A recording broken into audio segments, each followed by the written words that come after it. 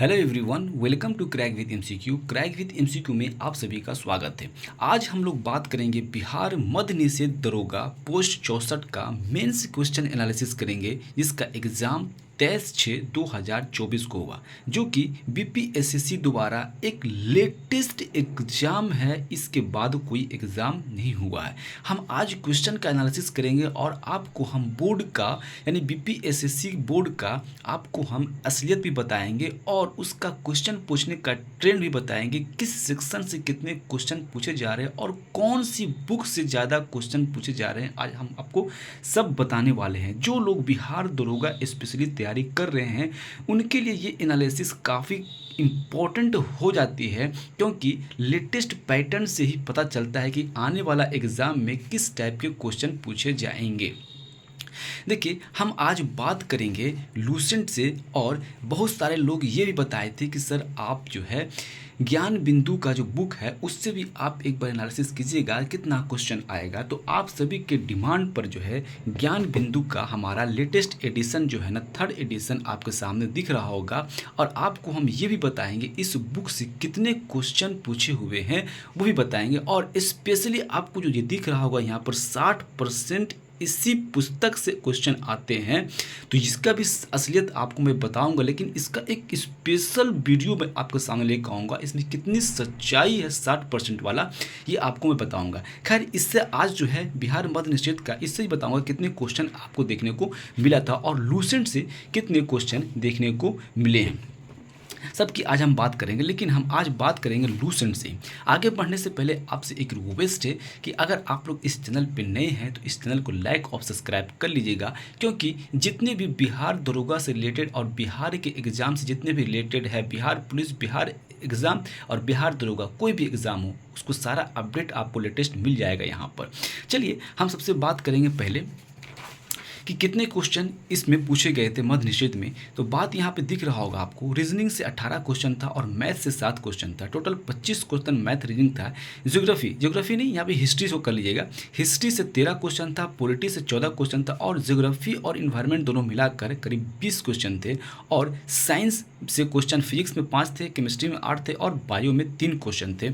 Economics से 1 question आया हुआ था, करंट से 7 क्वेश्चन थे और स्टैटिक्स से 6 क्वेश्चन थे। टोटल 100 क्वेश्चन की बात करेंगे। और सबसे बड़ा सवाल यहाँ पर ये होता है कि हम ज्ञान बिंदु और लूसेंट से कितने कितने क्वेश्चन आए थे। देखिए, हम बात जब करेंगे लूसेंट की, तो लूसेंट में 43 क्वेश्चन जो डायरेक्ट आपको देखने को मिल जाएगा। वहीं जब हम ज्ञान बिंदु की बात करेंगे तो 31 क्वेश्चन आपको देखने को मिलेगा। ठीक है, जहाँ पर 60% का दावा करने वाले ज्ञान बिंदु के बात हम करेंगे 43%, यानी 71 क्वेश्चन टोटल हम लिए हैं। सभी मिला के जीके जीएस का 71 क्वेश्चन लिए हैं। 71 क्वेश्चन में 43% जो है ज्ञान बिंदु से आया हुआ है और 60% आपको देखने को मिल रहा होगा लूसेंट से। अगर आप लोग किसी तरह कोई शंका, शक और शुबा है तो आप लोग जो है ना इसका अपने से खुद से निकाल सकते हैं। देखिए, आगे बढ़ने से पहले आपको एक चीज़ और बता देना चाहता हूँ कि जो लोग किसी तरह का कमेंट करते हैं कि सर फलना जगह से नहीं मिल रहा है क्वेश्चन, फलना जगह से क्वेश्चन नहीं मिल रहा है, तो आप लोग लेटेस्ट बुक खरीद लीजिएगा लूसेंट।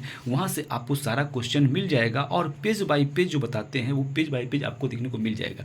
और किसी तरह का कमेंट करने से पहले आप वीडियो को अंत तक देख लीजिए। उसके बाद किसी तरह का कोई संशय रह जाता है तो आप कमेंट करके बताइएगा, ठीक है।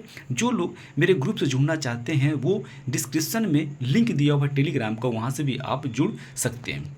चलिए, हम बात करेंगे सबसे पहले हिस्ट्री की। हिस्ट्री से कितने क्वेश्चन पूछे हुए थे। हिस्ट्री से टोटल 14 क्वेश्चन है, 13 क्वेश्चन पूछे हुए हैं। आपको यहाँ पर दिख रहा होगा, 13 क्वेश्चन हिस्ट्री से टोटल पूछे हुए हैं। तो सबसे पहले हम बात करेंगे हिस्ट्री का, किस सेक्शन से कितने क्वेश्चन पूछे हुए हैं। चलिए स्टार्ट करते हैं। देखिए, सबसे पहला क्वेश्चन यहाँ पर पूछा हुआ था, किस सिंधु सभ्यता के स्थल से 2 कमरे का बैरक मिला है, यानी 2 कमरे का बैरक जो मिला है किस सिंधु सभ्यता से मिला है। तो ये हमारा हड़प्पा से मिला है। देखिए, हमने पूरी कोशिश की खोजने की लूसेंट से, ये वाले क्वेश्चन जो हमें देखने को नहीं मिला लूसेंट में, ठीक है। नेक्स्ट क्वेश्चन की बात करते हैं, कौन सा ग्रंथ तमिल व्याकरण है। तमिल व्याकरण है, कौन सा ग्रंथ को तमिल व्याकरण है। तमिल व्याकरण है तोलकाप्पियम। तोलकाप्पियम जो है ना वो हमारा तमिल व्याकरण है। इसको जब हमने देखा लूसेंट का पेज नंबर 18 से, तो हमें ये देखने को मिल गया कि तमिल व्याकरण का नाम से क्या कौन सा विख्यात है, तो हमारा तोल का पियम है। चलिए आपको हम लूसेंट का पेज वाइज 18 पे चलते हैं लेके। ये आपको दिख रहा है पेज नंबर 18। जब पेज नंबर 18 की हम बात करेंगे, जब यहाँ पर आएंगे नीचे तो हमें देखने को मिल रहा है तोलकाप्यम, तमिल व्याकरण है। तमिल व्याकरण कौन सा है, तोलकाप्यम है। तो ये हमारा पेज नंबर 18 में ये ऑलरेडी मिल चुका है। नेक्स्ट क्वेश्चन की बात करेंगे। नेक्स्ट क्वेश्चन कहता है कि वाकाटक राजवंश के बाद किस राजवंश ने दक्षिण भारत में शासन किया। तो ये हमारा वाकाटक राजवंश के बाद जो चालुक्य ने शासन किया। जब हम लूसेंट में ये बुक में जाते हैं तो ये हमें ये तो देखने को नहीं मिलता है कि वाकाटक के बाद कौन सा वंश आया है, लेकिन जब दक्षिण भारत में जाते हैं तो यहाँ पर वाकाटक राजवंश नहीं मिल पाता है। आपको हम वो भी दिखा देते हैं। देखिए आपको यहाँ पे दिख रहेगा वाकाटक राजवंश। वाकाटक राजवंश के बाद जब हम बात करेंगे, देखिए इस डायरेक्ट स्टार्ट हो गया हमारा किस चीज़ का, तो हमारा बाद पुष्यभूति वंश का, वर्धन वंश का स्टार्ट हो गया। जब हम दक्षिण भारत की बात करते हैं तो दक्षिण भारत के प्रमुख राजवंश में आपको दिख रहा होगा यहाँ पे कहीं भी चालुक्य वंश का जिक्र किया हुआ है, लेकिन ये नहीं बताया गया है आपको कि चालुक्य वंश यहाँ पे दिख रहा होगा। देखो चालुक्य वंश यहाँ पे दिख रहा है, लेकिन ये कहीं पर नहीं बताया गया है कि वाकाटक वंश के बाद चालुक्य वंश है। लेकिन यहाँ पे देखने को मिल रहा है वाकाटक राजवंश के बाद पुष्यभूति वंश या वर्धन वंश की स्थापना हुई थी। ठीक है, तो ये क्वेश्चन हमने नहीं लिया है, लेकिन आप अगर चाहते हैं, अगर आप पढ़े होंगे पहले तो आप इसको टिक कर सकते हैं। फिर भी हम इसको देखिए, आप क्लियर दिख रहा होगा यहाँ पे टिक हमने किया। नेक्स्ट क्वेश्चन कहता है कि अशोक का टोपरा अभिलेख किसने सर्वप्रथम खोजा था। ये हमारा फिरोज शाह तुगलक था। ये अभिलेख किसने खोजा था, लेकिन इसका डिस्कशन किया हुआ है पेज नंबर 29 में। पेज नंबर 29 में जब हम जाएंगे तो आपको यहाँ पर बिल्कुल क्लियर दिख जाएगा। पेज नंबर 29 में दिल्ली और टोपरा की बात करता है, यहाँ पर आपको दिख रहा होगा पेज नंबर 29 दिख रहा होगा यहाँ पर। और जब यहाँ पर हम जाएंगे आगे, क्या लिखता है कि इसके शासनकाल में खिजराबाद, जिसको हम टोपरा गांव के नाम से जानते हैं, मेरठ से अशोक के 2 स्तंभों को लाकर दिल्ली में स्थापित किया गया था। टोपरा स्थित अशोक स्तंभ के परिवहन का चित्रित वर्रान सीरत ए फिरोज शाही लेखक अज्ञात में मिलता है। ठीक है, तो हमें टोपरा के बारे में दिया हुआ है, लेकिन खोजकर्ता कौन है ये क्लियर नहीं लिखा हुआ है। ठीक है, तो खोजने का या लाया कौन लाया है ये तो सही है, तो आप ये टिक कर सकते हैं डायरेक्ट। नेक्स्ट क्वेश्चन कहता है कि सर्वप्रथम कृषि का साक्ष्य किस स्थल से प्राप्त हुआ। तो ये हमारा मेहरगढ़ से स्टार्ट हुआ। पेज नंबर जब हम 4 पर जाएंगे तो ये हमें देखने को मिल जाए। ये आपको दिख रहा है पेज नंबर 4 और यहाँ पर है कृषि का प्रथम उदाहरण हमें कहाँ से मिलता है, तो ये हमें मेहरगढ़ से प्राप्त होता है। कुलडीवा उत्तर प्रदेश का संबंध चावल के प्राचीनतम साक्ष्य, नहीं चावल का प्राचीनतम साक्ष्य कहाँ से मिलता है, हमें कुलडीवा से मिलता है। और कृषि का प्रथम साक्ष्य हमें कहाँ से मिलता है, तो ये हमारा कहाँ से मिलता है, तो ये हमें मिलता है मेहरगढ़ से। नेक्स्ट क्वेश्चन कहता है हमारा रेहला पुस्तक किसके द्वारा लिखा गया था। तो रेहला पुस्तक जो हमारा लिखा गया था वो इब्ने बतूता के द्वारा लिखा गया। जब हम पेज नंबर लूसेंट का 29 देखते हैं तो हमें यहाँ पर समझ में आता है। ये आपको दिख रहा होगा पेज नंबर 29 और सामने आपको दिख रहा होगा इब्ने बतूता की पुस्तक रेहला में मोहम्मद तुगलक के समय की घटनाओं का वर्णन, यानी इब्ने बतूता की पुस्तक क्या नाम है, तो रेहला है। रेहला किसकी पुस्तक नाम है, तो इब्ने बतूता की है। नेक्स्ट क्वेश्चन हमारा करता है कि निम्नलिखित में से स्वतंत्रता संघर्ष पर विचार कीजिए, यानी स्वतंत्रता संघर्ष के पर विचार करने के लिए बात किया था। 4 ऑप्शन दिया हुआ था यहाँ पे। अगस्त प्रस्ताव है, भारत छोड़ो आंदोलन है, क्रिप्स मिशन है और व्यक्तिगत सत्याग्रह है। तो हम बात करते हैं अगस्त प्रस्ताव की, तो 8 अगस्त 1940 को हुआ था। भारत छोड़ो आंदोलन 8 अगस्त 1942 में हुआ था। क्रिप्स मिशन जो है मार्च 1942 में आया था और व्यक्तिगत सत्याग्रह 17 अक्टूबर 1940 को हुआ था। तो जब पेज नंबर हम 62 में जाएंगे तो यहाँ पे हमें सब कुछ देखने को मिल जाएगा। देखिए आप सबको यहाँ पे दिख रहा होगा क्रिप्स मिशन कब आया था, 11 मार्च 1942 को। आपको यहाँ भी दिख रहा होगा 17 अक्टूबर 1940 को, कहाँ गांधी जी द्वारा व्यक्तिगत सत्याग्रह दिख रहा होगा। यहाँ पर क्रिप्स प्रस्ताव 11 मार्च 1942 को, ये भी दिख रहा होगा आपको। 1942 में वर्धा कांग्रेस यहाँ पर आपको दिख रहा हो, देखिए यहाँ पर 9 अगस्त में तो भारत छोड़ो आंदोलन, यानी अंग्रेजों भारत छोड़ो 1942 में स्टार्ट किया गया था। ये तो तीनों का आंसर आपको यहाँ पर क्लियर दिख रहा है। ठीक है, यानी तीनों चीज़ यहाँ पर आपको क्लियर पूछा हुआ है। नेक्स्ट क्वेश्चन हमारा कहता है कि सिंधु घाटी सभ्यता से संबंधित कथनों पर विचार करें, यानी कथन दिया हुआ था और कथनों पर विचार करना था। तो उसमें 3 कथन था, उसमें सत्य को ढूंढना था। तो सभ्यता में नगरीय जीवन का प्रारंभ हुआ था, यानी नगरीय जीवन था, ठीक है। नगरीय व्यवस्था थी, कौन सा? सिंधु घाटी सभ्यता। नगर 2 भागों तथा पहली भाग जो था ऊंचाई पर और दूसरी तरफ निचला शहर था। तो पेज नंबर जब हम 5 पे जाएंगे तो ये आपको यहाँ पे क्वेश्चन देखने को मिल जाएगा पेज नंबर 5 पे। यह हमारा आ गया पेज नंबर 5। देखिए यहाँ पर पेज नंबर 5 आ रहा है। देखिए सिंधु सभ्यता या सैंधव सभ्यता क्या था? नगरीय सभ्यता थी। सैंधव सभ्यता से प्राप्त परिपक्व अवस्था वाले स्थलों में केवल 6 ही बड़े नगर के संज्ञान मिली। तो देखिए इसमें कुछ एक इन्फॉर्मेशन नहीं दिया हुआ है, लेकिन कुछ तो है। आप अगर आप इसको थोड़ा सा पढ़े रहेंगे तो आप ये क्वेश्चन को आराम से टिक कर सकते हैं, ठीक है। नेक्स्ट क्वेश्चन हमारा कहता है कि पुरातत्व वेदों द्वारा नया किलेबंद हड़प्पा स्थल की खोज कहाँ की? यानी कोई नया किलेबंद हड़प्पा स्थल है, कहाँ है? तो ये मोरोधारो जो है ये हमारा कहीं आपको देखने को लूसेंट में नहीं मिलेगा, और न ही मैंने अदर बुक कौन को भी देखा नहीं मिला है, ना ही घटना चक्र को देखा वहाँ भी नहीं मिला, दृष्टि में भी नहीं मिला। ये क्वेश्चन बिल्कुल नए हैं और ना ही ज्ञान बिंदु में कहीं पर क्वेश्चन देखने को मिलेगा, ठीक है। नेक्स्ट क्वेश्चन हमारा कहता है कि सेंट्रल हिंदू कॉलेज 1898 ईस्वी में बनारस में किसके द्वारा स्थापित किया गया? तो ये हमारा एनी बेसेंट के द्वारा किया गया था। हमने लूसेंट में काफ़ी खोजने का कोशिश किया, ये हमें देखने को नहीं मिला। अगर किसी को भी मिलता है तो वो कमेंट में ज़रूर बताइएगा, इससे हमें ये पता चल सके कि ये 43 से 44 क्वेश्चन आपको देखने को मिल जाएगा, ठीक है। नेक्स्ट क्वेश्चन कहता है कि पहली बार देसी प्रेस अधिनियम किस वर्ष पारित किया गया था? तो देसी प्रेस अधिनियम जो है वो 1878 में, नहीं वर्नाकुलर प्रेस एक्ट इसी को कहते हैं। देसी प्रेस एक्ट या वर्नाकुलर प्रेस एक्ट इसी को कहा जाता है। तो ये हमारा पेज नंबर जब हम 53 में जाएंगे तो ये आपको देखने को यहाँ पर मिल जाएगा पेज नंबर 53 में। पेज नंबर 53 की बात हम करेंगे तो आपको यहाँ पर दिख रहा होगा पेज नंबर 53। पेज नंबर 53 में यहाँ पर वर्नाकुलर प्रेस एक्ट आपको देखने को मिल जाएगा। ये हमारा पेज नंबर 53 है। ये आपको 53 नंबर दिख रहा होगा। यहाँ पे मार्च 1878 ईस्वी में लिट्टन ने भारतीय समाचार पत्र अधिनियम वर्नाकुलर प्रेस एक्ट पारित कर भारतीय समाचार पत्रों पर कठोर प्रतिबंध लगा दिए थे। विशेषकर राष्ट्रवादी समाचार पत्र सोम प्रकाश के प्रतिनिधित्व करने के लिए इस कानून में प्रावधान था। अगर किसी अखबार में कोई आपत्तिजनक चीज़ छपती है तो सरकार उसकी प्रिंटिंग प्रेस से सारी संपत्ति जब्त कर सकती थी। ये भी आपको देखने को क्वेश्चन मिल गया।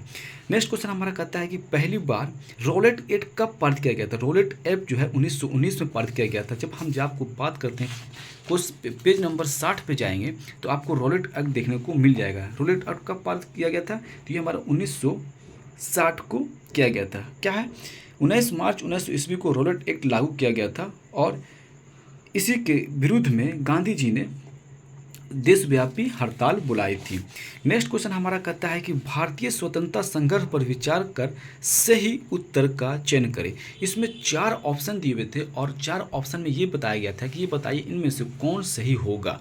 तो क्या था? प्रथम विश्व युद्ध के समय भर्ती से आम जनता काफ़ी कठिनाइयों का सामना करना पड़ा था। जलियांवाला बाग हत्याकांड दिया था। गांधी जी द्वारा देशव्यापी रॉलेट एक्ट सत्याग्रह के बारे में बात किया गया था और ये कहता खिलाफत आंदोलन के बारे में बात किया गया था। तो सब कुछ यहाँ पर आपको देखने को मिल जाएगा। पेज नंबर 60 पे आपको देखने को सब कुछ मिल जाएगा। खिलाफत आंदोलन मिल जाएगा, देखिए यहाँ पर खिलाफत आंदोलन यहाँ पे देखने को मिल जाएगा। भारत छोड़ो आंदोलन यहाँ पे मिल जाएगा। 13 अप्रैल 1900 को जलियांवाला बाग हत्याकांड देखने को मिल जाएगा। यहाँ पर आपको देखने को मिला रॉलेट एक्ट देखने को मिल जाएगा। तो ये सब सारा चीज़ जो है ऑप्शन में दिया हुआ था, अगर आप पढ़े रहिएगा तो आपको वहाँ पर देखने को मिल जाएगा, ठीक है। ये रहा हिस्ट्री का बात। अब हम बात करेंगे ज्योग्राफी का।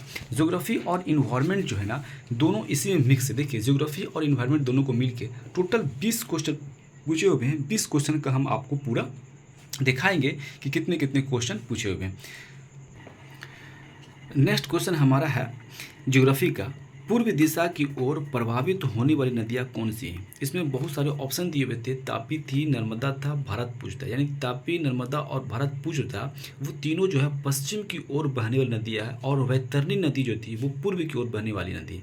वैतरणी नदी जो है जब हम बात करेंगे पेज नंबर 126 की, पेज नंबर 126 आपको दिख रहा है और हम बात करेंगे यहाँ पर महानदी की। महानदी की सहायक नदी जो है वैतरणी नदी। वैतरणी नदी जो है सहायक नदी है किसकी, महानदी की, जो कि बंगाल की खाड़ी में गिरती है और जो कि हमारा पूर्व की ओर बहने वाली नदी है। ये भी आपको दिख गया। नेक्स्ट क्वेश्चन कहता है कि 16 सितंबर को कौन सा दिवस मनाया जाता है, तो विश्व ओजोन संरक्षण दिवस कब मनाते हैं, 16 सितंबर को। पेज नंबर 155 में जाएंगे तो आपको ये देखने को यहाँ पर मिल जाएगा। 16 सितंबर आपको यहाँ पे दिख रहा है, 16 सितंबर को क्या मनाया जाता है, तो विश्व ओजोन दिवस मनाया जाता है। नेक्स्ट क्वेश्चन हमारा था कि आकाश में सबसे निचला स्तर का बादल कौन सा होता है, यानी बादल का जो सबसे निचला स्तर होता है वो कौन सा होता है, तो स्तरीय मेघ होता है, इसको स्ट्रेटस क्लाउड के नाम से जाना जाता है। पेज नंबर 113 पे जब जाएंगे तो हमको ये देखने को मिल जाएगा कि हमारा कौन सा बादल जो है हमारा सबसे निचला स्तर का होता है और सबसे उचला स्तर का बादल कौन सा होता है। जब हम बात करेंगे यहाँ पर देखिए, स्तरीय बादल ये परतदार चादर जैसे रखते हैं, ये अधिकांश या पूर्ण अधिकांश ढके रहते हैं, ये 2-3 किलोमीटर की ऊंचाई पर पाए जाते हैं, इसमें सतत वर्षण का गुण होते हैं। ये बादल सामान्यतः या तो उष्ण के ह्रास या अलग अलग तापमानों पर हवा के आसपास मिश्रित होने से बनते हैं, यानी स्तरीय बादल जो है सबसे निचला स्तर है। दूसरा है पक्षाप बादल, देखिए यहाँ पर ऊंचे बादल, देखिए आपको दिख रहा होगा, ऊंचे बादल हो गया, मध्य ऊंचाई के बादल हो गया और कम ऊंचाई वाले बादल हो गया। स्तरीय कपासी, स्तरीय वर्षा बादल एवं कपासी वर्षा बादल सब निचले हैं। अब पछाप स्तरीय, पछाप कपासी सब ऊपर के, स्तरीय मध्य तथा कपासी कहाँ के, ये सब सारे जो है कहाँ के, तो ये सारे देखने को मिलेंगे आपको ऊपर, मध्य और निचला। तो ये भी क्वेश्चन आपको देखने को मिल गया। नेक्स्ट क्वेश्चन कहता है कि वायुमंडल में ऑक्सीजन का पुनर्चक्रण किसके विधि द्वारा होता है, तो देखिए ऑक्सीजन का पुनर्चक्रण किसके विधि होता है, प्रकाश संश्लेषण के द्वारा होता है। हमने खोजने का कोशिश किया लेकिन मिला नहीं, लेकिन होगा कहीं पर जरूर, मुझे शायद मेरे आंखों से ओझल हो चुका है इसलिए मेरे को दिखाई नहीं दिया। नेक्स्ट क्वेश्चन कहता है कि पोर्ट लुइस किस देश की राजधानी है, तो पोर्ट लुइस जो थी राजधानी किसकी, तो मॉरिशस की, मॉरिशस की राजधानी पोर्ट लुइस थी। जब 118 नंबर पे हम जाएंगे तो आपको वहाँ भी देखने को मिल जाएगी पोर्ट लुइस किसकी राजधानी है। जहाँ पोर्ट लुइस की बात करेंगे तो ये राजधानी आपको दिख रहा होगा मॉरिशस, मॉरिशस की राजधानी जो है पोर्ट लुइस है, पोर्ट लुइस उसकी राजधानी। ये भी हमको देखने को मिल गया। कौन अधिकतम आधात्मिक खनिज है, देखिए इसमें दिया हुआ था सोना दिया हुआ था और ग्रेफाइट दिया हुआ था, मतलब आधात्मिक खनिज जो कुचालक होता है, तो इसमें आप आराम से मार दीजिएगा मैगा, इसमें सोचने और समझने की कोई बात नहीं है। रिंग ऑफ फायर क्या है, तो प्रशांत महासागर में चारों ओर एक ज्वालामुखी का एक क्या श्रृंखला है, रिंग्स ऑफ फायर कहाँ होता है, पेज नंबर जब 90 में जाएंगे हम तो ये हमें देखने को मिल जाएगा। प्रशांत महासागर का में रिंग ऑफ फायर है, पेज नंबर 90, पेज नंबर 90 में जब जाएंगे तो हमें ये देखने को मिलता है प्रशांत महासागर। देखिए यहाँ पर आपको दिख रहा है, पेज नंबर 90 है, यहाँ पर दिख रहा है। और यहाँ पे देखिए आपको क्या, प्रशांत महासागर के तटीय भाग में पाया जाता है। प्रशांत महासागर परी मेखला को अग्निवलय यानी fire ring of the Pacific यानी रिंग ऑफ फायर इसी को कहते हैं। तो ये भी कहाँ मिल गया देखने को, हमें यहाँ देखने को मिल गया। नेक्स्ट क्वेश्चन कहता है सबसे पुराना परमाणु विद्युत ग्रह कौन सा है, तो हमारा तारापुर, यानी सबसे पहला जो होगा वो सबसे पुराना होगा। तो तारापुर जो हमारा है सबसे पुराना विद्युत ग्रह है, जो कि 435 नंबर पेज पे जाएंगे तो ये हमको देखने को मिले। यहाँ पर आपको दिख रहा है कि भारत का प्रथम आणविक केंद्र कौन सा है, तो तारापुर, तारापुर जो हमारा है सबसे पुराना है, दिख रहा है यहाँ पर आणविक केंद्र तारापुर सबसे पुराना हमारा और सबसे पहला भी है, ठीक है। नेक्स्ट क्वेश्चन है कि चंबल नदी द्वारा जो बीहड़ घाटी बनाई गई है उस घाटी को क्या कहते हैं, तो उस घाटी को तंग घाटी के नाम से जाना जाता है। लूसेंट में खोजने के बाद हमें मिला नहीं, अगर किसी बंधु को मिलता है तो वो कमेंट करके बता दीजिएगा। ये पेज नंबर इतने में मिला हुआ है, मेरे आंखों से ओझल हो चुका, बहुत खोजने का कोशिश के नहीं मिल पाया। नेक्स्ट क्वेश्चन कहता है कि लेटेराइट मिट्टी अत्यधिक वर्षा के बाद निर्मित होता है, यानी लेटेराइट मिट्टी जो होता है जब बहुत सारी अधिक वर्षा होता है तो लेटेराइट मिट्टी किससे बनता है, तो निक्षालन से बनता है। पेज नंबर जब 132 में जाएंगे तो आपको वहाँ भी देखने को मिलेगा। नेक्स्ट क्वेश्चन हमारा यहाँ कपास की खेती के लिए प्रयुक्त मिट्टी का संबंध पर विचार कीजिए, यानी कपास मिट्टी के बारे में कुछ बताया गया था उसके बारे में बात करेंगे। जलोढ़ मिट्टी के बारे में, यानी तीनों के बारे में 132 पे बात करेंगे। मिट्टी से 3 क्वेश्चन पूछा हुआ था, जलोढ़ के बारे में और कपासी मिट्टी के बारे में बात करेंगे। अभी दिखा देते हैं आपको पेज नंबर 132 पे। हम आ चुके हैं पेज नंबर 132 पे और सबसे पहले हम बात करेंगे लेटेराइट मृदा के बारे में। तो लेटेराइट मृदा क्या है, लेटेराइट मृदा उच्च ताप व भारी वर्षा वाले क्षेत्र में विकसित होती है। ये मृदाएं उष्णकटिबंध वर्षा के कारण हुए तीव्र निक्षालन के परिणाम से होता है, यानी तीव्र निक्षालन से क्या मिलता है, लेटेराइट मृदा बनता है। नेक्स्ट क्वेश्चन था कि कपास की खेती के लिए कौन सा मृदा जो है वो इम्पोर्टेंट है। तो कपास के लिए हमारा क्या होता है, काली मिट्टी। काली मिट्टी के बारे में बात करेंगे तो काली मिट्टी कपास की खेती के लिए यह सर्वाधिक उपयुक्त होती है, अतः इसे काली कपास की मिट्टी भी कहा जाता है। तो ये ऑप्शन में दिया हुआ था काली मिट्टी के बारे में, कपास मिट्टी के बारे में बताएं। ठीक है, नेक्स्ट क्वेश्चन था हमारा जलोढ़ मिट्टी के संबंध में बताएं। यार क्या देखा दिख रहा है आपको यहाँ पर, जलोढ़ मिट्टी के बाद संबंध बताएं। तो हमारे यहाँ पर दिख रहा होगा जलोढ़ मिट्टी, तो क्या है, ये भारत के 40% क्षेत्र पर पाई जाती है। भारत का संपूर्ण उत्तरी मैदान, तटीय मैदान जलोढ़ मिट्टी का बना हुआ है। यह दो प्रकार के होते हैं, बांगर और खादर होता है। तो ये आपको ऑप्शन में देखने को मिल गया, तीनों यहाँ पे क्वेश्चन दिखने गया। नेक्स्ट क्वेश्चन था ऑप्शन, बगानी फसल के अंतर्गत कौन सा फसल आता है। तो चावल था, कॉफ़ी था और रबड़ था। ये हमारा किसके लिए आता, ये हमारा बगानी फसल के अंदर आता था। नेक्स्ट क्वेश्चन था कि बाघ प्रजाति के संरक्षण के लिए क्या कदम उठाना जाना चाहिए। तो ये क्वेश्चन आपको देखिए लूसेंट में खोजने को मिला तो नहीं, लेकिन कोशिश किए खोजने का, पर मिल नहीं पाया मुझे। लेकिन इसमें आप अगर क्वेश्चन देखिएगा तो आपको ये समझ में आ जाएगा कि ये ऑप्शन सही होना चाहिए, क्लियर समझ में आ जाएगा। क्या लिखा, पहला है कि आम जनता का जंगल में प्रवेश की अनुमति नहीं देना चाहिए। ठीक है, वन्य जीव अभ्यारण्य के राष्ट्रीय अध्ययन में परिपक्व होना चाहिए। आरक्षित वन और संरक्षित वन का अलग करना चाहिए। नए वन्यजीव अभ्यारण्य का स्थापना करना चाहिए। ठीक है, नेक्स्ट क्वेश्चन था पर्वत चोटी केटू की ऊंचाई कितनी है, यानी पर्वत यानी केटू यानी गॉडविन ऑस्टिन की ऊंचाई कितनी है। तो 8611 मीटर है। पेज नंबर जब 122 में जाएंगे तो यहाँ पर आपको गॉडविन ऑस्टिन यानी K2 के बारे में आपको यहाँ पर देखने को मिल जाएगा। यहाँ पर आपको दिख रहा हो K2, या इसी को हम लोग गॉडविन ऑस्टिन के नाम से जानते हैं। 8611 मीटर की ऊंचाई पर है। ये भी आपको यहाँ पर क्वेश्चन देखने को मिल गया। नेक्स्ट क्वेश्चन हमारा है कि भारतीय मानसून को प्रभावित करने का वाला कारक कौन सा है, यानी भारतीय मानसून जो है उसको कौन कौन से कारक जो है प्रभावित करता है। तो पेज नंबर जब हम 129 पे जाएंगे तो यहाँ पर आपको देखने को मिल जाएगा कौन कौन से कारक जो है भारतीय मौसम को प्रभावित करता है। तो देखिए कि दिख रहा होगा यहाँ पर भारत की जलवायु को प्रभावित करने वाले कारक कौन कौन से हैं। स्थिति है, ऊंचाई संबंधित कारक, वायु दाब है, पवन संबंधी कारक है और हमारा टेम्परेचर है। इसके बारे में भी वो क्लियर हमें देखने को मिल गया।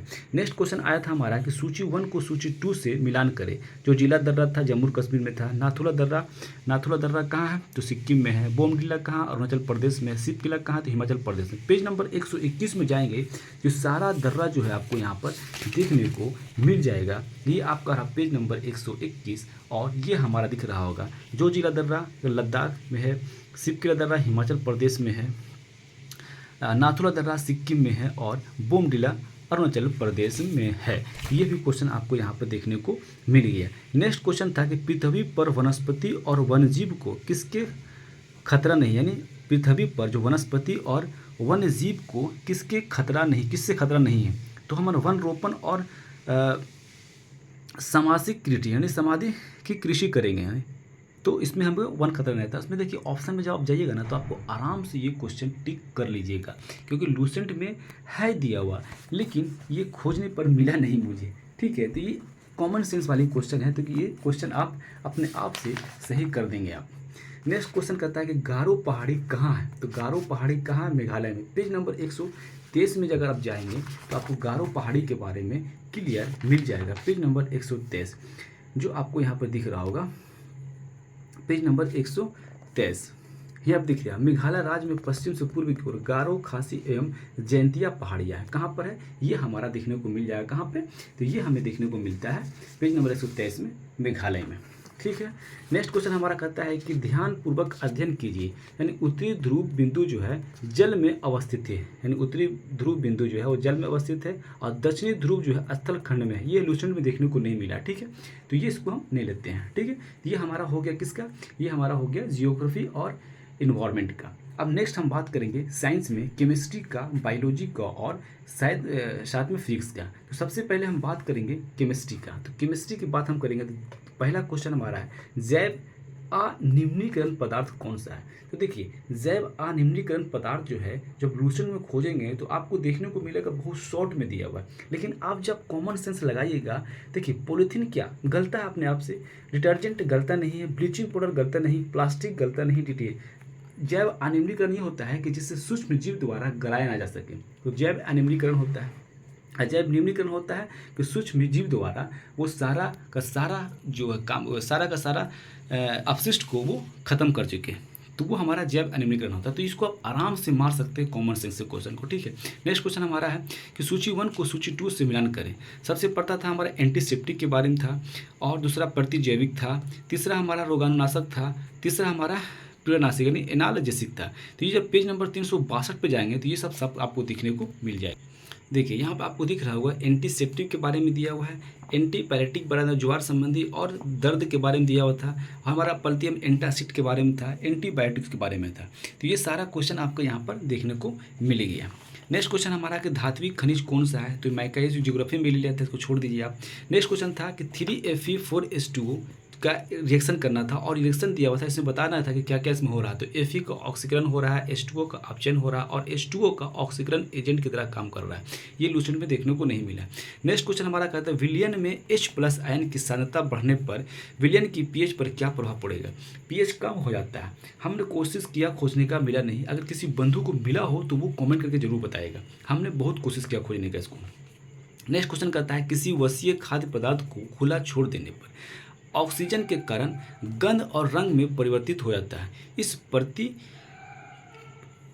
प्रतिफलन को क्या कहते हैं, यानी इसको क्या करते हैं, इस प्रतिक्रिया को क्या कहते हैं, तो हमको रैंसिडिटी कहते हैं, यानी विकृति गंधता कहते हैं। ये भी लूसेंट में आपको देखने को नहीं मिला। तो नेक्स्ट क्वेश्चन था कि एथाइन का इलेक्ट्रॉनिक संरचना क्या है। तो एथाइन का इलेक्ट्रॉनिक संरचना था H bond single bond, C triple bond, C और बॉन्ड H था। तो ये हमारा दिया हुआ पेज नंबर 349 में देखेंगे तो आपको ये देखने को यहाँ पर मिल जाएगा। पेज नंबर 349 में आपको यहाँ पर देखने को मिल जाएगा।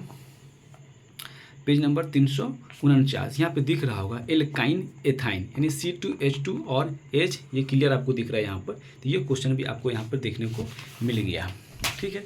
नेक्स्ट क्वेश्चन हमारा कहता है कि मिलान करें, यानी ब्लीचिंग पाउडर का कौन काम आता है, बेकिंग सोडा किस काम में आता है, वॉशिंग सोडा किस काम पे आता है, और सोडियम क्लोराइड किस काम पे आता है। पेज नंबर 359 पे जाएंगे तो ये हमें सब कुछ देखने को मिल जाएगा।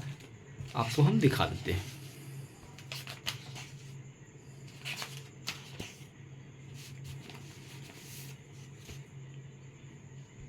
देखिए यहाँ पे दिख रहा होगा ब्लीचिंग पाउडर, जिसको हम कैल्शियम ऑक्सीक्लोराइड का नाम से आता है, CaOCl2, कागज तथा कपड़ों की व्यंजक चूर्ण बनाने में नहीं होता। सोडियम कार्बोनेट या धूमन सोडा का काम क्या होता है, ग्लास निर्माण में होता है। नेक्स्ट हमारा क्या था, नेक्स्ट है हमारा सोडियम बाइकार्बोनेट, क्या है बेकरी उद्योग में, चर्म रोग में, मंद और मैल एंटीसेप्टिक के रूप में भी काम करता है। तो ये सारा आपको यहाँ पर देखने को मिल जाएगा। नेक्स्ट क्वेश्चन हमारा है बायोलॉजी में बात करें। सबसे पहले तो मिलान करने वाला था कि सूची 1 को सूची 2 से मिलान करें। तो सबसे पहला था सेरिबेलम के बारे में, हाइपोथैलेमस के बारे में, सेरेब्रम के बारे में और मेडुला ओब्लांगा के बारे में था। जब हम इसको बात करेंगे पेज नंबर, देखिए आप लिखना भूल गए लेकिन आपको हम दिखा देते हैं। देखिए मस्तिष्क से क्वेश्चन पूछा हुआ था, तो हमारा सबसे पहला क्या था, सेरिब्रम के बारे में पूछा था। सेरिब्रम का कार्य क्या होता है, यह मस्तिष्क का सबसे विकसित भाग होता है। यह बुद्धिमत्ता, स्मृति, इच्छा शक्ति, ऐच्छिक गतियों, ज्ञानवापी चिंतन का केंद्र होता है। हाइपोथैलेमस क्या करता है, संवेगात्मक क्रियाओं को नियंत्रित करता है। अंतःस्रावी ग्रंथि साबित होता है, ठीक है। हमारा क्या पसीना, गुस्सा, खुशी आदि इसमें नियंत्रण में होता है। नीता को सेरिबेलम के बारे में क्या होता है, शरीर का संतुलन बना रखता है एवं इच्छिक पेशियों को संकुचन नियंत्रण करता है। नेक्स्ट था हमारा क्या था, हमारा मेडुला ओब्लांगा, यह मस्तिष्क का सबसे पीछे का भाग होता है। इसका मुख्य कार्य उपापचय, रक्तदाब, आहार नाल को कर्मा कुंचन, ग्रंथि स्राव, हृदय की धड़कनों तथा श्वसन की नियंत्रण करना होता है। तो ये सारा क्वेश्चन आपको यहाँ पे दिया हुआ था। नेक्स्ट क्वेश्चन हमारा था कि क्षुद्राद यानी एपिटाइट के लिए आमाशय में जो रस स्रावित होता है, यानी वो किसकी प्रकृति क्या होता है, अम्लीय होता है या क्षारीय होता है। तो ये हमारा क्या होता है, अम्लीय होता है। ये भी आपको हम दिखा देते हैं। ये भी हम पेज नंबर लिखना भूल गए। देखिए यहाँ पे क्या लिख रहा है, आमाशय के ऑक्सीनिटिक कोशिकाओं से हाइड्रोक्लोरिक अम्ल निकलता है जो भोजन के साथ आए हुए जीवाणु को नष्ट कर देता है, एंजाइम की क्रिया की तीव्र कर देता है एवं हाइड्रोक्लोरिक अम्ल भोजन के माध्यम को अम्लीय बना देता है, जिससे लार की टर्ली की क्रिया समाप्त हो जाती है और आमाशय में निकलने वाले जठररस एंजाइम होते हैं, पेप्सिन और रेनिन, यानी क्या होता है, अम्ल होता है। HCl में क्या होता है, अम्ल होता है। नेक्स्ट क्वेश्चन हमारा था क्या है कि मानव शरीर में वायु के अभिगमन का कौन सा, मतलब जो हम सांस लेते हैं, ब्रीथ इन करते हैं, मतलब सांस अंदर लेते हैं, तो कौन कौन सा कहाँ पहले स्टार्ट कहाँ से होता है। सबसे पहले देखिए नाक की नली से स्टार्ट होता है, फिर ग्रसनी में जाता है, फिर स्वर यंत्र में जाता है, ट्रैकिया में जाता है, फिर श्वास नलिका में जाता है। पेज नंबर 351 में जाएंगे तो इसका पूरा क्लियर आपको दिखा हुआ है। पेज नंबर 391 की हम बात करेंगे तो यहाँ पर वो पूरा दिया हुआ 391। देखिए यहाँ पर स्टार्ट होता है क्या, मैकेनिज्म ऑफ ब्रीथिंग की बात कर रहा है, ठीक है। तो निश्वासन इंस्पिरेशन करते हैं, फिर एक्सप्रेशन करते हैं, ठीक है। तो इसमें क्लियर दिया हुआ नहीं है कि कहाँ नाक से लेते हैं क्या, लेकिन आपको समझना पड़ेगा। ये कॉमन सेंस है कि नाक से पहले हम लिया जाता है, ठीक है। तो इसके बारे में पूरा यहाँ पे आपको दिया हुआ है।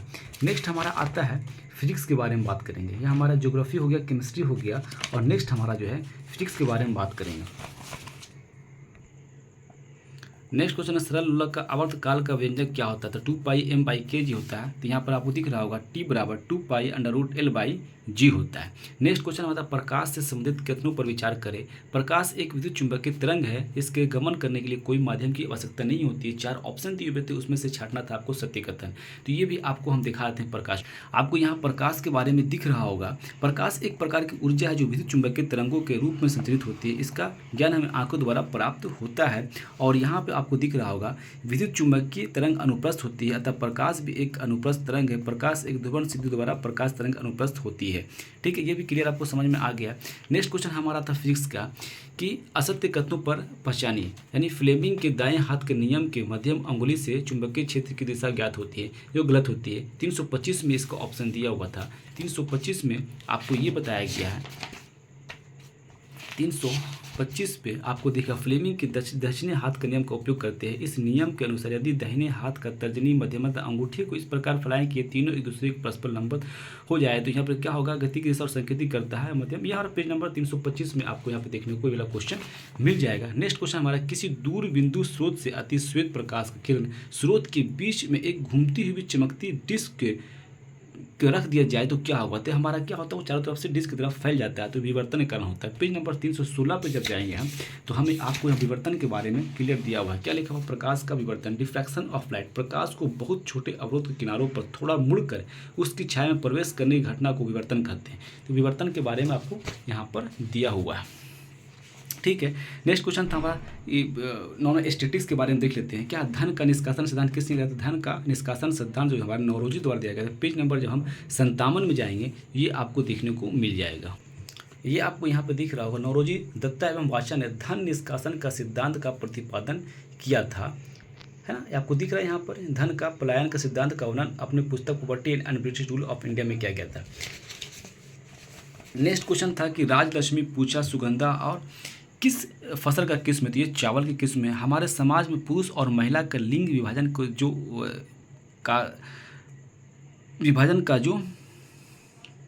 मतलब किस विभाजन कैसे होता है? तो समाज के पुरुष और महिला का कार्य की उनकी अधिक के आधार पर यानी अधिक के आधार पर पटक गया। भारत का सबसे लंबा केबल आधारित सेतु पुल कहाँ है? तो सब करंट अफेयर का क्वेश्चन है। सुदर्शन झील है, ठीक है।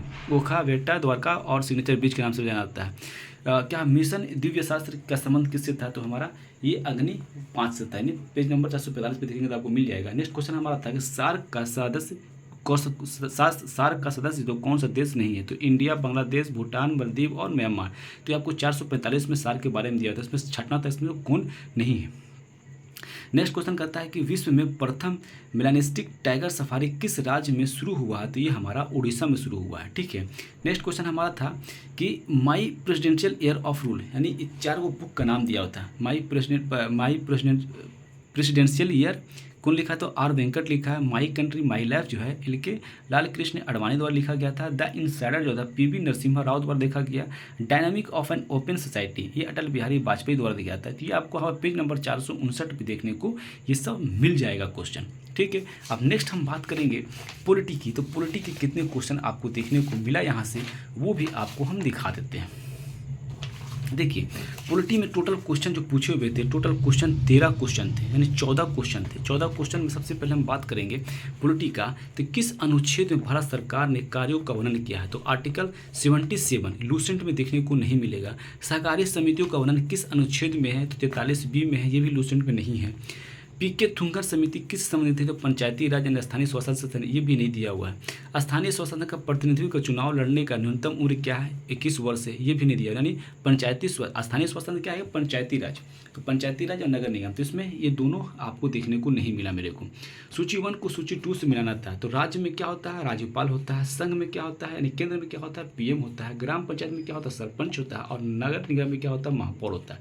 ये भी आपको देखने को मिल जाएगा। तो अपनी कॉमन सेंस की बात है, आपको समझ में आ जाएगा। राज्य या राज्यपाल में जाएंगे तो मिल जाएगा आपको। भारत का प्रथम विधि अधिकारी कौन होता है, तो ये हमारा महान्यायवादी होता है। पेज नंबर 256 में जाएंगे, आपको हम दिखा देते पेज नंबर 200। ये हमारा पेज नंबर 256 है। आपको यहाँ पे दिख रहा होगा, महान्यायवादी सर्वप्रथम भारत सरकार का विधि अधिकारी, सर्वप्रथम भारत का विधि अधिकारी होता है। हिंदी राजभाषा बनाने का संघ में कौन सा कथन सत्य है, तो हमारा क्या, हमारा हिंदी भाषा को राजभाषा और लिपि देवनागरी होगा। ये मुंशी एंगर फॉर्मूला द्वारा लिपित किया गया। पेज नंबर जब 26 में जाएंगे। नेक्स्ट क्वेश्चन था, सत्य कथन पर विचार करें। सत्य कथन पे इसमें बहुत सारे ऑप्शन दिया था। इसमें लिखा हुआ था, भारत में सभी धर्मों का समान संरक्षण प्राप्त है। सही है। नेक्स्ट क्वेश्चन है, लोकतंत्र की सत्ता का साझेदारी को क्या आवश्यक है, यानी लोकतंत्र में सत्ता का साझेदारी क्यों आवश्यक है। तो ये 4 ऑप्शन दिया हुआ था, इसमें छांटना था आपको। सभी समाज के सभी वर्गों के लोगों को हिस्सा सरकार में होती है एवं लोकतंत्र मजबूत होती है। समाज में शांति और भाईचारा बनाए रखने के लिए एवं सामाजिक संघर्ष जरूरी है। नेक्स्ट क्वेश्चन था, संविधान में संशोधन की आवश्यकता समय समय पर क्यों पड़ती है। ये सब कॉमन सेंस क्वेश्चन है, आप इसको आराम से लगा सकते हैं। क्यों पड़ती है भाई, समय के साथ बदलती परिस्थिति को देखते हैं, क्या कारण हो सकता है, कुछ चेंज करने की जरूरत है तो हम करते हैं। नेक्स्ट क्वेश्चन हमारा, निम्नलिखित कथनों पर विचार करें। लोकतंत्र में समानता से अभिप्राय सभी नागरिकों के लिए समान अधिकार व अवसर सुनिश्चित करना था। समानता समाज की विभाजन और भेदभाव को कम करती है और सभी व्यक्तियों को एक समान मानवीय दृष्टिकोण से देखती है, यानी विचार करने के लिए बोला था। तो ये देखिए, अगर क्वेश्चन कॉमन सेंस है ना आपके पास, तो आराम से इस क्वेश्चन को बना लीजिएगा आप। ठीक है। नेक्स्ट क्वेश्चन हमारा कहता है, राष्ट्रपति के राष्ट्रीय आपातकालीन शक्ति पर विचार कीजिए। तो कहता है कि पीएम एवं मंत्रिपरिषद की लिखित सिफारिश पर आपातकाल लगाया जा सकता है। ये सही है। लोकसभा द्वारा संकल्प पारित कर राष्ट्रपति को भेजा जाता है, तो यह आपातकाल वापस लेने के लिए बाध्य है, यानी खत्म करने के लिए क्या करता है, लोकसभा संकल्प पारित करता है और राष्ट्रपति को भेजा जाता है, तो वो आपातकाल वापस ले लेता है। तो पेज नंबर 262 में आपको यहाँ पर देखने को मिल जाएगा। पेज नंबर 265 में बात करें आपात उपबंध के बारे में। राष्ट्रीय आपातकाल घोषणा राष्ट्रपति मंत्रिमंडल की लिखित सिफारिश पर करता है। राष्ट्रीय आपातकाल को घोषणा को न्यायालय में प्रश्नगत किया जाता है, मतलब इसके बारे में दिया लोकसभा साधारण बहुमत से आपात उद्घोषणा को वापस लेने के प्रस्ताव पारित कर देता है, तो राष्ट्रपति उद्घोषणा को वापस लेना पड़ता है। ये सारे क्वेश्चन आपको दिए हुए। नेक्स्ट क्वेश्चन था कि कथनों को ध्यानपूर्वक पढ़िए। क्या न्यायालय के निर्णय को कहीं भी अपील नहीं कर सकते हैं और बिना वारंट की तलाशी कर सकते हैं। रॉलेट एक्ट 1919 के बारे में बताया गया है कि बिना अपीलीय और बिना किसी को संकोच हुए आप किसी को गिरफ्तार कर सकते हैं, तो ये उसके बारे में बताया गया था। ये हमारा पॉलिटी का भी हो गया, हिस्ट्री का भी, ज्योग्राफी हो गया, साइंस हो गया।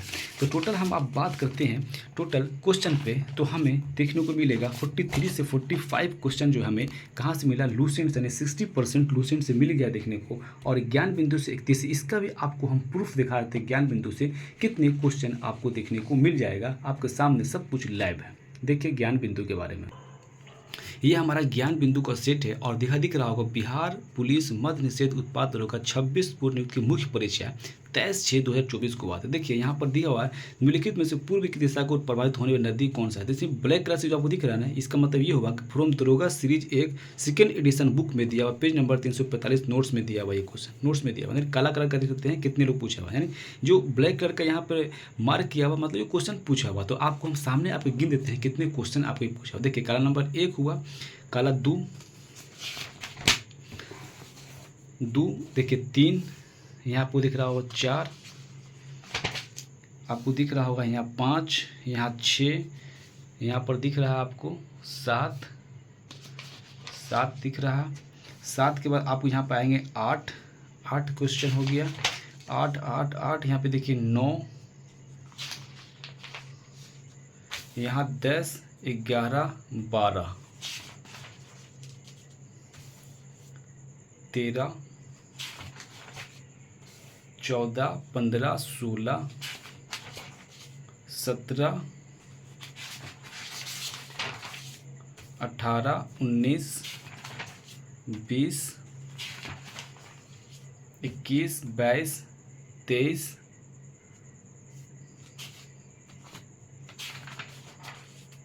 ये हमारा हो गया 24, ये हो गया 25, ये हो गया 26,